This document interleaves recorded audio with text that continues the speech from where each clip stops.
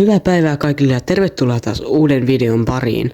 Tässä videossa mä puhun mun teoriasta Wildfiren elementaalivoimasta eli lämmön elementaalivoimasta. Tää mun teoria menee silleen, että kun on nuo ajanmestarit Crux ja Acronix, niillähän on se ajanvoima. Ja molemmat niistä pystyy ohjaamaan tiettyjä osapuolia ajasta. Eli mä en nyt muista kummalla oli kumpi. Niin Acronix 2 ajanmäärettä ja Crux 12. Ei 12 vaan muuta 2.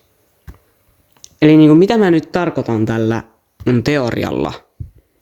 No siis mun teoria menee silleen, että kun Wildfirella on se lämpö, sillä on se kuuma lämpö, niin mitäs Wildfirellakin on kaksonen, joka pystyy ohjaamaan sitä toista lämmön osapuolta, eli kylmää. Et se olisi vähän Zanein elementaalivoima, mutta se on vaan kylmä. Wildfirella on samanlainen elementaalivoima kuin Kylella.